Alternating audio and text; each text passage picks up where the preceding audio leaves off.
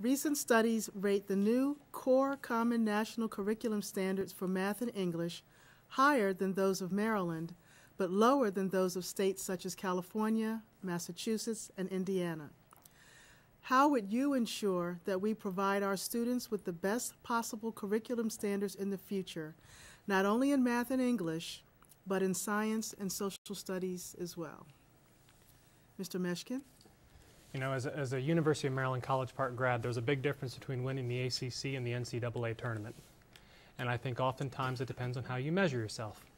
In Howard County, we're very proud of the achievements that have been made. We have amazing educators here, a fantastic community, a good school system. We like to measure ourselves against Maryland. We don't necessarily measure ourselves nationally. We don't necessarily measure ourselves internationally. However, the success of our graduates will be determined on the national and the international scale. And so it's very important as we go about the process of defining core curriculum, and they began with English and math, suggesting that somehow having core curriculum in English would prepare our kids for the global economy. It seems not having a very clear understanding of where the world is going. It's important for us to be able to prepare our kids for the global economy that they're going to be going into, to compete in that market. And to do so, we need to define success for that post-graduation success. And that's more than just looking within Howard County and Maryland, but we need to look across the world. Ms. French? These core standards have been adopted by the Maryland State Board of Education, and so every one of the 24 school systems in Maryland will have to conform to them. I have heard some of our staff lament that Howard County had higher standards in some areas. I do not know the particulars to tell you tonight. We have our own teachers write our curriculum. They've been doing it for at least 20, 25 years. And that's one of the key reasons why our students do so well, because the teachers write the curriculum and they know how to teach it. I looked at the core standards for English, and I found them very patriotic, but lacking in diversity. And I think that our county will continue to emphasize the diversity that it needs to through our curriculum while embracing the other. Ms. Vaillancourt and then Ms. Kornreich. The curriculum situation is one that has been a problem for me for some time, and I'm very pleased that we are at least moving in the direction of adopting the Common Core curriculum that is superior to what Maryland had been using for the last several years. This is one of the places where I really think that Howard County should have been and could still exercise a leadership position. We have to get out of this mindset that when the state has adopted this curriculum, that this is something that we have to adhere to with a dogmatic sensibility. Those are minimum standards. That's what the testing at the state level will be based on. But we can always do better. We can always go above the minimum standards. And I think this is something that we have to remind ourselves about and put into practice, the idea that we should not be making minimum standards our goal.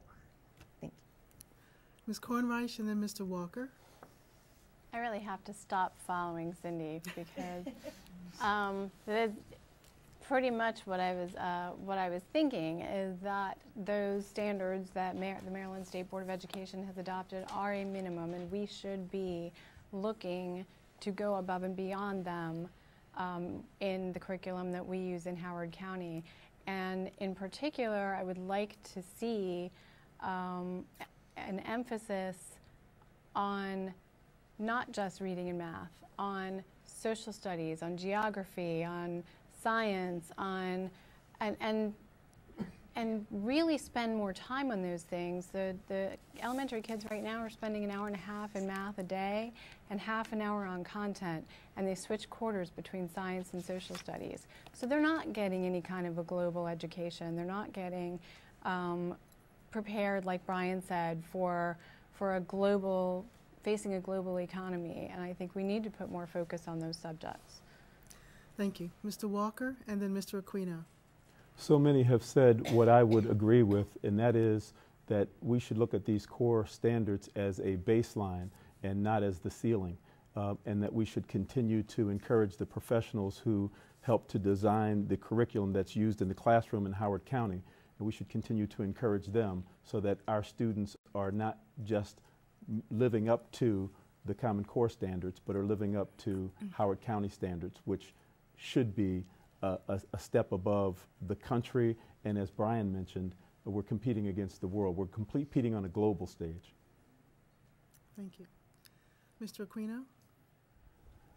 I'll take a slightly different slant on this question. You know, before No Child Left Behind and the onslaught or avalanche of national and state regulation regarding that really inundates the board, and I think to a large extent hampers us in doing what we need to do. Howard County had a very good reputation, still does, but had a very good reputation of its own curriculum development, still does very, very innovative curriculum development. And for those of you who are interested, if you look at the core curriculum, it's not dramatically different than what we're already doing. And a lot of what is currently being used by the state was originally drafted by the Howard County Public School System staff. So we have a long history of doing it a good way, and we can continue and will continue to provide challenging curriculum. It's one of the tenets of my platform, that we have challenging curriculum for our students. Thank you. Mr. Ballinger? I think many of us on this panel here and as running as candidates would talk about the benefits that we've all had as parents with our children in this school system. But I think when we talk about core, I'd like to take a step beyond that. Let's talk about our insurance of success for every child that's in this system. I said it before in the very opening, my willingness and willing to make sure that every child gets a quality education. And when we have those core standards, we also need to start teaching our children to learn. Not just what meets the standards, but teaching them to go back to the old ways, the 3 R's. Teaching them to make decisions. Allow our teachers to teach our children in our classrooms.